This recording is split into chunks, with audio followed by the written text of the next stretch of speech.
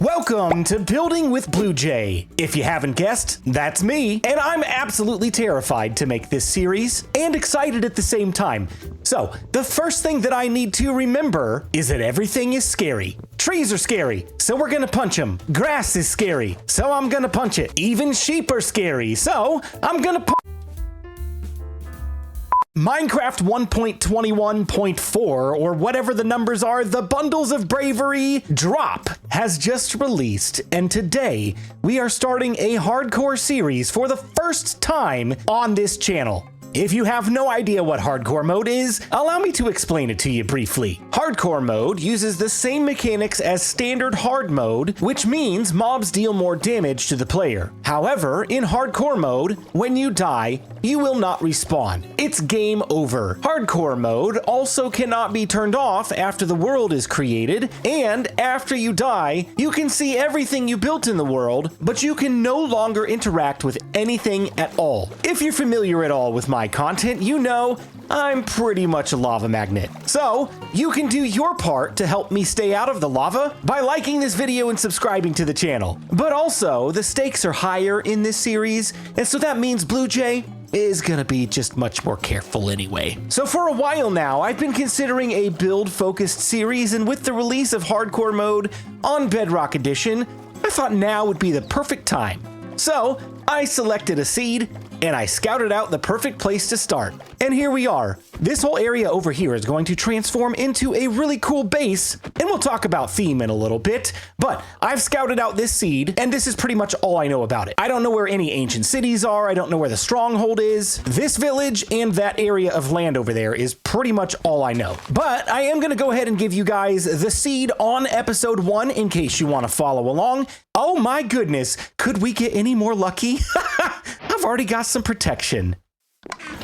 I feel safer already. We're unbeatable. Nothing can touch me. Man, this village has everything. I've got carrots, I've got potatoes, I've got wheat. And everybody knows the first thing you really need in Minecraft in a brand new survival world is food. Because if you don't eat, you're not gonna survive for very long. We've even got beetroot. We can feed that to the pigs right over there. So my immediate plan for right now is to just get a little bit of a base of operations set up here at the village, maybe do a little bit of mining, grab some basic gear, and try to get a little bit of protection against the elements. And when I say the elements, I mean it's about to get dark. I'm not trying to die in the first 15 minutes of this series. We're not doing it. Not doing it. Stop typing in the comments. It's not happening. All right, villagers, time to go inside. Go home. Take a snooze. There's cows here too. This is fantastic. Oh, we have everything we need. You know, everything except for a bed. Man, I should have punched that sheep. That's okay. I'll just steal one of the villager beds for tonight. What are you doing, Nitwit? What are you doing? Get inside. No, don't go outside. It's not safe. Is there anything out here? No. No, we're good. No. Stay away. Stay away from my villagers and stay away from me. It's fine. They're gonna burn. We're gonna be all right. See, you can't even touch me. You can't even touch me. Oh, no. Don't get in the water. Don't get in the water. No, stay away from him. Okay, I think we're okay. You good? Good job, Herbert. As soon as I get a name tag, we're gonna give him that name. He just looks like a Herbert. I think I've looted this city for everything that it has so far. I do need to start cooking some things. Oh no, there's more houses up there. Let's go. Anything in here? Nice workstation. Okay. And a brewing stand. That'll come in handy. It'll keep us out of the nether a little bit longer. Actually, no, it won't. We need nether wart. So that's worthless. Come on, give me some more iron gear. I would love a chest plate. A helmet will do, though. That's fine. And another pickaxe. Okay. All right, we're set. I'm sorry, I can't steal these villagers' beds forever. I need one of my own. Thank you. Can I get 2 wool from you? No, I cannot. I need 1 more sheep. It's not a Minecraft series on my channel unless I've got a blue bed.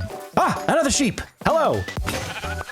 I do this every single series, I'm not gonna lie. I always forget to save my first tool. We just broke the first axe that we ever created. Oh well, better the axe than me. What I'm gonna need to do here shortly is try to trap a couple of these villagers, mainly to keep them safe, but also I want to convert a couple of them into librarians so that I can trade for enchantments as soon as possible. Oh, hey, by the way, I do have the day counter turned on. We've already survived 1 day. Congratulations to me. Who said I was going to die in the first 10 minutes? Every single one of you was wrong. Even Herbert. He thought I was going to die too. Okay, one of the most important things that I do not want to forget straight out of the gate that I absolutely need to carry with me at all times, even when I'm feeling comfortable, because the #1 rule of Minecraft Hardcore is everything is scary, and shields make things less scary. I'm not gonna lie, I'm feeling pretty good. I got a helmet, I got boots, and I got a shield. Easiest start to a world ever. Do you see that out the window right there? That is certain death, but not for me. Come here, buddy. Let's get some gunpowder. Oh, this is scary. Scary stuff, but I'm brave. And we're fine. See, it's not so bad. And it's getting dark again. Day #2, survived. You also might be wondering, hey, BluJay, what is that enchanted book you've got there? How do you have one of those already? Well, I actually don't. This is the FreeCam Bedrock Edition cam settings, and I actually don't remember how to get this to work. I've been using this add-on on the Bedrock Guide world, but I'm gonna use it sparingly here, and actually, the spectator mode isn't even gonna work for me. So I cannot go into spectator mode, especially if we run across a creeper like that. I can't just type in spectator mode and save myself from certain doom. I have to go ahead and fight the creeper. Right? What I can do with this add-on, though, is enable a free cam so that I can see myself walking around, and this is where I'm not sure what's going on. I should be able to crouch and move the camera around, or jump and move the camera around, and it's not working. So I'm gonna have to do a little bit of research into why my FreeCam add-on is not working properly. But in the meantime, I'm just gonna let that book despawn. I don't need it right now. Oh yes, and one more thing. Brand new to Minecraft Bundles of Bravery, we have the bundle itself, finally in the full version of Minecraft, and we can dye them. I've got my first blue bundle ever in existence.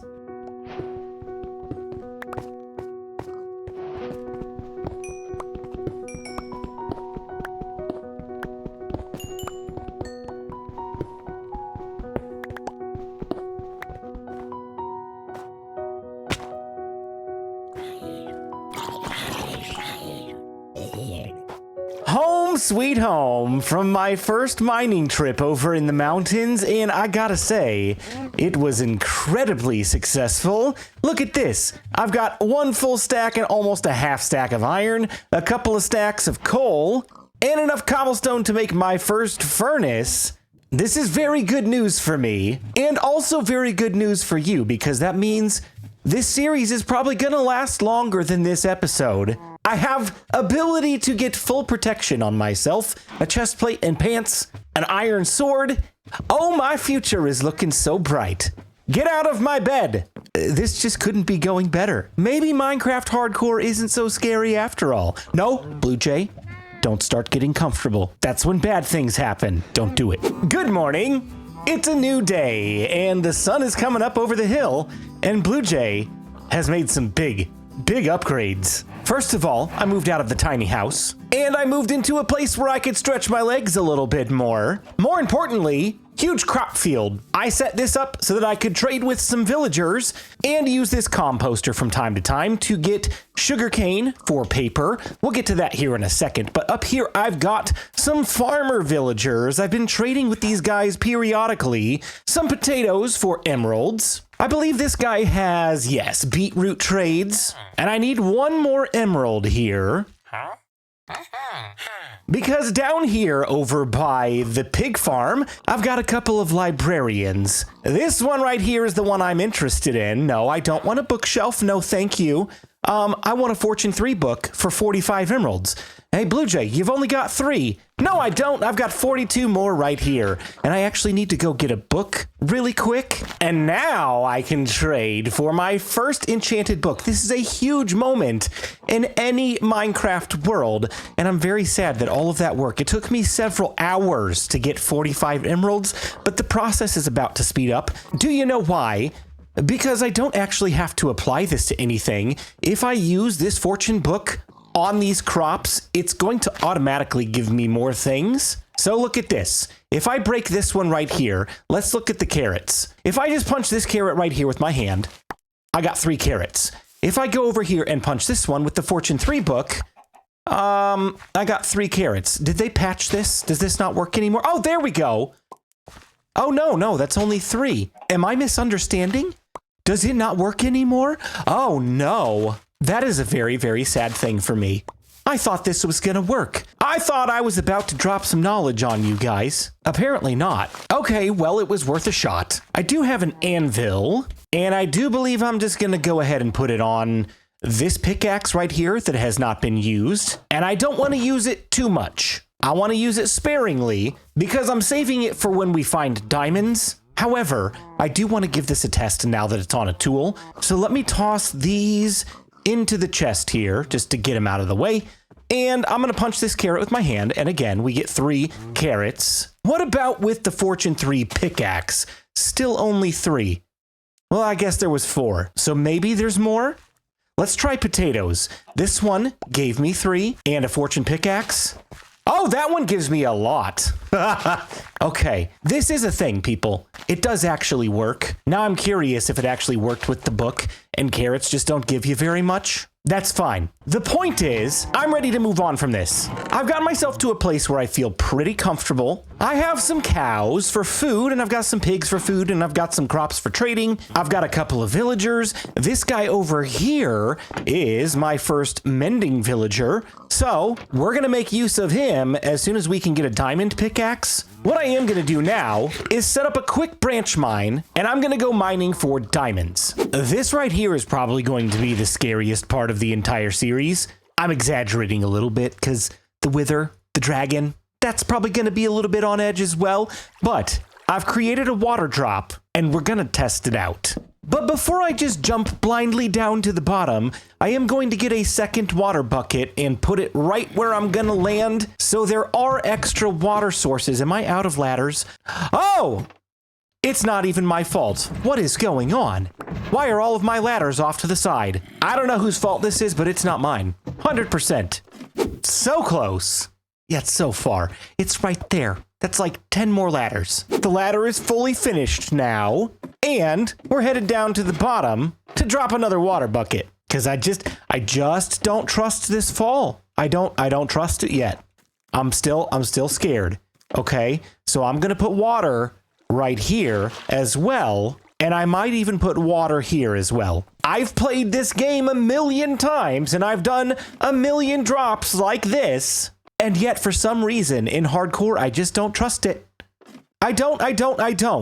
Okay, water bucket here. Now I feel good. I have 1, 2, 3 water sources. And let's do a little drop. Let's do a little drop first, just to be safe. We should survive this, yes? Here we go. Okay, we're good. There's nothing to fear. Now, I take the full plunge from the top. And for the record, in case this goes horribly wrong, I've survived for 45 days. 45 days. Can we make it to day number 46? Here we go. Why is there's another ladder there. Go away. Here we go. Day number 46 is ahead of us. As long as we survive this jump. Please survive. Okay, we're good. Yay. All right, let's go. Okay, listen. I said I wasn't gonna go caving, but I have the most insane luck out of anybody that's ever played this game. This is a safe cave. There's nothing in here, but look at that. I was hopping up just to poke my head up. There's diamonds right there. Beautiful. Stay away from that stuff, Blue. You don't need to go over to the light. Just go over here to the blue. This doesn't even technically count as caving. No, sir. It doesn't go anywhere, so we're safe. How many diamonds am I gonna get? Please tell me that I'm gonna get more than 1. And that fortune pick did absolutely nothing. How dare you? On my first diamond, you give me 1. Please give me more. What are you thinking? 2 diamonds with the fortune 3 pick? Broken. Absolutely broken. Okay, well, here we go. Let's get some redstone too. Oh yeah, sure. Give me all the redstone in the world. 2 diamonds. Hey, okay. We're not gonna complain too much. There's another one right here. This is why you always dig around. And, hey, look at that. We have 6. I'm a little more happy now. Thank you very, very much. On we go. Can I just say as well, I absolutely love the new bundles. I can throw all those random ores that I just got into this bundle until I get more, so it's not taking up my inventory space. Bundles are great. I just burned through 2 iron pickaxes and I only have 11 diamonds to my name. Here's the real question. Should I go ahead and craft a diamond pickaxe and keep going? I have the torches for it and I've got the inventory space. I think that's a great idea. I still have my fortune pickaxe. So, the world's first diamond pick. Oh, that feels great to do. Just look, look, look, look. 62 days BluJay has been alive without a single death. You'd know it if it were the case, because it would be game over and series over, but we're still here. I'm just telling you, a lot of you probably didn't think I'd make it past day 3, but hey, look at this. 49 diamonds, and I'm ready already for an upgrade. Don't I just look absolutely amazing in a full set of diamond armor? Blue is definitely my color. I have a full set of diamond tools and a full set of armor, and I still have 16 diamonds left over for when I inevitably break one of these tools, because I'm about to go on a huge mining session, gathering resources for a build. I'm going to show you where we're going to be, but check it out. I've got 43 emeralds stockpiled to get mending and fortune 3 on this pickaxe so that I can continue to go branch mining for more diamonds, but that's going to be a project for later. Let's talk about the build. I know you've all been anxiously waiting for this entire episode so far to hear about this theme, and I have chosen to go with a Japanese pirate themed base. I'm not sure if anything like that even exists. Why, the shield's covering my face. Hang on. There I am. I'm not even sure if this is a theme that even exists, but I kind of like the idea of a mishmash and mixing some things up. And before you say it, yes, I have already done a pirate themed base before on this channel. But before we get into that, this right here is going to be the location of the first build today when I get back with some more resources. So let me sleep so that we can actually survive the trip. So yes, I have already done a pirate themed base on the Bedrock Guide Season 1. And while that was cool, this is going to be much bigger and much more epic. Like I said, I don't even know if a Japanese pirate-themed base even exists, but when I was thinking about it, I was thinking about the Pirates of the Caribbean. I believe it's the 3rd movie when they go to Singapore, and I want to try something along those lines. I think it would just be really interesting, and I love the idea of mishmashing a couple of themes together. And you know what? If it doesn't work, we can always die and reset the series. I mean, we can always try something else. I'm here for some spruce trees because spruce is going to be the primary block palette of this first build. Another thing that I wanted to chat with you briefly about while we're chopping down some trees is the idea of inspiration. Inspiration from building can come from a lot of different sources. One of them could be your brain. Maybe you've just got a really creative mind and can come up with the craziest ideas. That's not always me. A lot of times I have to look for external sources for inspiration. Maybe you're driving down the street and you see an interesting building. You can start analyzing the shapes, the colors, the textures.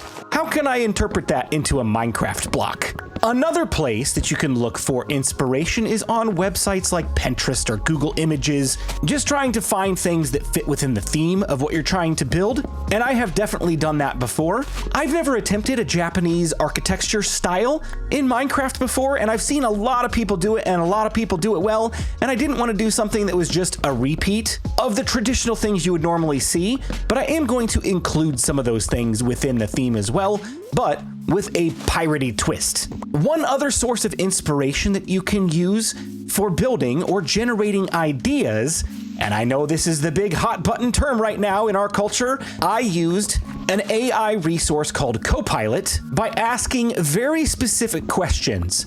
And the questions I asked were, give me some ideas for builds that I could do in a Minecraft Japanese themed base. And it listed off a bunch of things, such as torii gates and pagodas. Those are the obvious build ideas. And then there's other things like traditional houses, gardens, cherry blossom trees, bridges, rock gardens. There's a lot of different things within Japanese architecture and theming that you can put into a base. And then I went and asked Copilot again, give me some ideas of what you would put in a pirate-themed base. And some of the ideas that I got were Shipwreck Cove, a pirate ship, treasure island, a tavern, a watchtower, a marketplace, a dockyard, a secret underground hideout. There's so many ideas that pop out in my head just from reading these words. Granted, there are no images that have come along with this prompt. It is all text-based. So that gives me the opportunity to read these words and imagine in my head, what would I do if I wanted to build a sailmaker's loft? And from there, I can start thinking about where it would go in the city, what kind of blocks it would have as part of the build. Obviously, we would want some wool to lay out some sails throughout the build as well. So just generating some ideas from a tool like AI can be a really great way to spark some creativity. So that's what I've done. Now all I gotta do is stay alive long enough to see some of these ideas come to fruition, because I've got a ton of them. I have no idea where my boat is. I have no idea why I brought all my iron tools. That's so much stuff that I could have left at home. 9 stacks of things that I could have gotten while we were out. It's fine. I'm probably going to run out of food anyway. We'll make multiple trips. This is just the bird brain at work. As long as I don't die, we're good. Oh, there's a creeper. There he is. You see him? You see him down there? I got diamond gear now. I'm not scared. I need to put my shield back on. But I'm not scared. You just keep your distance and I'll keep mine. Because if you approach me, only one of us is coming out of this alive. And it's gonna be me. That creeper's trying to steal my boat. Get away from my boat. I don't like that I can't see him. I don't like that I don't know where he went. Creeper! Oh no, he disappeared. Do you guys ever have one of those spiders in your house? You know what I'm talking about? You know, one of those spiders where you're like, man, that's a spider I'd love to get. And then you go to get it and you take your shoe and you do the big swipe and then there's no spider and you never see it again. It wasn't on the bottom of your shoe, but it sure wasn't there anymore. And I know you didn't whack it hard enough to obliterate it from existence, that's for sure. It's just gone. And then you're laying in your bed at night thinking, well, that spider is surely still here. Where did it go? That was that creeper for me. Okay, just to give you another glimpse into my brain, this isn't gonna happen for a while because I'm gonna start over there. That's our starting point. But if I live long enough to see this base get to completion, how cool would this area be for a shipwreck cove? This is 100% what sold me on this seed when I was scouting out the coastline. Oh my goodness. This screams pirate base. It even already has kind of a skull shape in the side. We'd have to shape that out a little bit more, obviously, and do some crazy piratey things with it. But good gracious, this whole area, pirate, 100%. So I have 1 string in my inventory right now, and I'm not gonna tell you how I got it because I'm pretty sure a lot of you are gonna be really upset and leave me nasty comments in the comment section, but I need a couple of more string. So I'm gonna look for some spiders, or worst case scenario, I need to grab a bow from a skeleton. Maybe 2. I'd like to carry 1 with me for ranged attacks going forward. But this is my first adventure out into the night. We're on day 69. There's a spider. Oh, there's 2 spiders, but there's a creeper right there. No, don't you all come for me at once. Okay, you didn't even give me string. How about you? Can I have string? Okay, there's string. I've got 2. I just need 1 more and then I can go back to bed. There's a skeleton right there. Should I take him on? As long as I can stay away from the creepers, I feel okay about it. I don't want to go after the skeletons with armor just yet. I'm not that brave. Okay, let's go. Let's go. Oh boy. Yeah. You take him out. You take him out. Let's watch our backs. Let's watch our backs. Didn't even drop the bow. Come on, my friend. Okay. All right, we're doing okay. We're doing okay. 1 more. Can I get the bow? Can I get the bow? I cannot. Oh, can I get a string from you, please? I cannot. I need 1 more. That's it. Just 1 spider, please. Oh, Enderman. No, thank you. Okay, we got a bow. We got a bow. Very exciting. And you can see the pop-up just there. We're gonna craft a dispenser, and there's some more string. I can craft myself a bow if I like. But before I do any of that nonsense, let's go sleep. There's like 4 creepers right here. I nearly have every resource that I need for this build, except for a couple things. One of which is wool. And I need a fair amount of it because it's gonna make up a pretty good chunk of the wall. So I've trapped a sheep friend right here. and I have a pair of shears, but I don't want to have to just stand here and give him a haircut every 2 minutes or so, however long it takes him to eat the grass and regrow his wool. So I'm going to automate it. And one of the redstone contraptions that I need is a dispenser. Very easy to craft. All you need is some cobblestone, some redstone, which I left at my house, and a bow, which I stole off of that poor skeleton. And I'm going to throw them into the crafting table to make a dispenser. And then I'm going to take this dispenser and put it right here where that fence is. Please don't escape. And then I can toss a shears inside of the dispenser, and it's still not going to do anything because I would have to manually trigger this with a button. And if you know anything about Minecraft, you know exactly what's coming next. I'm going to make a terrible decision and go to the Nether in episode 1 with no enchantments. Okay, wish me luck, sheep. We're going in. I do have a bow with 2 arrows. Not that that's going to do a whole lot, but at least will give me a little bit of ranged protection just in case I need it. But I'm going to crouch as soon as I go through this portal so that I can protect myself. Oh my. Oh, look at that. Quartz.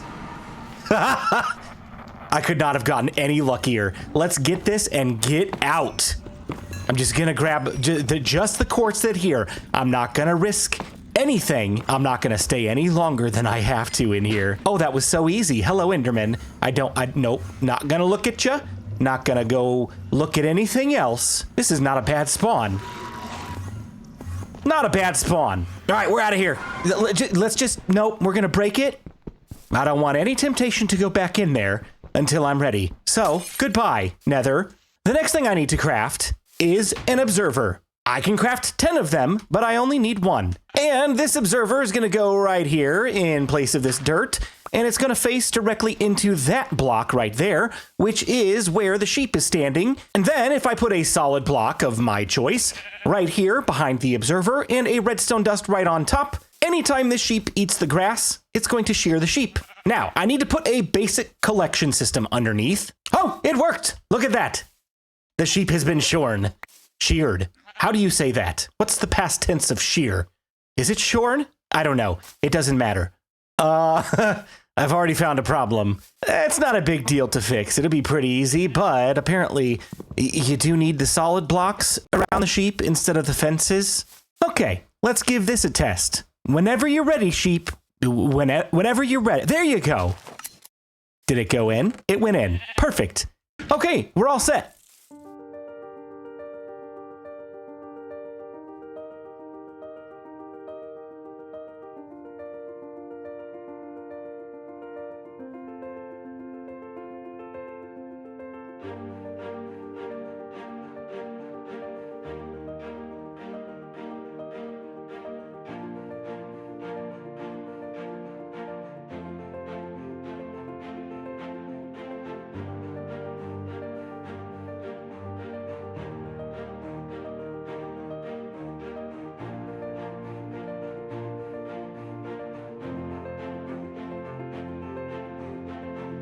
The sun is just set on the 95th day, and I'm gonna take a snooze, and we've officially survived for 96 days. That feels pretty good. I am going to be finishing up the interior here shortly, but I do want to show you what's out the front door here. I have already completed a fishing dock, complete with a little drop down for Minecraft boats, and an actual dock area for a piratey fishing boat, and the traditional torii gate that you'll see in Japanese architecture. If you don't know anything about torii gates, the very basic explanation of what these are, they signify the entrance into a sacred place, and for a pirate, the sea is the pirate's sacred place. So this pirate torii gate is going to signify the adventures that we'll have out in the sea in our Minecraft world. And again, I really think we're going to survive long enough to have many adventures. It's already been almost 100 days, and I'm real happy about that. So let's set up the interior on this, and I want to discuss a little bit of my texturing technique as soon as we're finished, because that is important as part of the build process. But first, I'm going to make a very small workbench, and actually, I'm probably going to replace that with this crafting table, but I don't like the way that the crafting table looks as an end table, so I'm going to take some spruce trapdoors and put them right there, and that looks perfect. But I am going to put another small workbench right here so we can be, cutting up our fish, because this is a fisherman's shack after all, while we're looking out over at the bay over there. And maybe on top of our workbench here, we've got a cutting board with a fish ready to be cleaned. Maybe we've got another one over here and we can rotate it a little bit. And then maybe up here on the wall, another item frame for this handy dandy fisherman's knife that I just crafted. And we'll hang that facing down like that. Then over here, the most important thing that a fisherman needs that we're going to put on display is a fishing rod. You absolutely can't go fishing without a fishing rod. So there's our first fishing rod of the world. I do want to outline these doors just because the door is flat up against the wall, and I don't think that that looks very good. Sometimes I wish there was a way in Minecraft to split the difference, because from the exterior, those doors look fantastic. But from the interior, there's not a whole lot of depth, and you can see what I'm talking about right here. There's some decent depth right there, but then when we go inside, it's flat up against the wall. So something like a frame like this will help smooth that out, and I've just realized over here that I've got the same problem. Maybe on this door, we can push it to the outside and frame it on the exterior. Okay, I'm not completely in love with it, but I'm not mad about it either. Let me explain a little bit of my thought process on this. And I don't want to start over here because this is not the best example. I do want to start on the front entrance to the house. And I want to do that by getting in a boat and going a little bit farther away, because this is how we're going to explain one of the build techniques that I've used for this fisherman's shack. Now, if we look at it from here, that looks absolutely perfect. Aside from the fact that if we move a little bit too far away, the banners, it's just going to disappear. That's our pirate banner. We can't have that. Minecraft, man, I wish we had better render distance for entities like banners. Maybe that'll be a thing someday, but there are some very subtle things that are a part of this build that sell a certain effect. If you notice up in the corners of each of these sections, there are some darker blocks, and they slowly transition to lighter as they go further away from this top corner. And you'll also notice right here, there's a spruce fence and then a dark oak fence to sell that shadow effect. And I've kept this consistent across the house, even to the point of going over to the side of the house.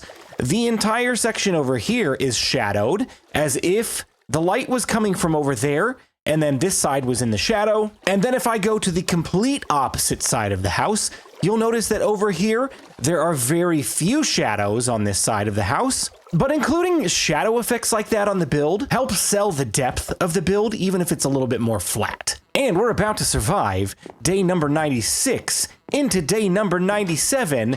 But before the sun goes down, I wanted to go over here and check on some of these. None of these have converted yet. I've quite literally just placed these down. I have a few copper trapdoors over here that are a little bit further along in the process. And unfortunately, I'm gonna have to end this episode with not fully oxidized trapdoors. These are gonna take hours to finish oxidizing, and I just don't have the time to do it. I've got to get this video out for you guys. It's been almost a week in real time since I started making this video. We've been progressing slowly but surely every day, but I am going to set up a little bit of a divider here because, again, this fisherman's shack is mainly about function. The fisherman sleeps in here, but it is mainly for fishing and for cutting up fish. Maybe this fisherman sells them to pirates that come into the port. Who knows? All right, the interior is completely finished, complete with some barrels for storage, my crafting table, a furnace for cooking some things. I've got an armor stand to store a future set of armor whenever I've got spares. And last but not least, I've got a bed to sleep in and some lighting to keep the bad things out. And now there's only one thing left I have to do today, and that is to go outside and go to the edge of my dock and sit here and enjoy watching the sunset on our 99th day in this world. And while the sun is setting, don't forget to like, subscribe, leave me some comments. I'd appreciate all of the support you can give to this series, because I am very, very excited about it. It's just such a nice change of pace. And I hope you enjoyed it today too. It's been a great time. And with the sun going down, I'm gonna head inside and take a snooze. And it is official, ladies and gentlemen, BluJay, the lava magnet, has survived 100 days in Minecraft Hardcore. Stay tuned, episode 2 is coming your way.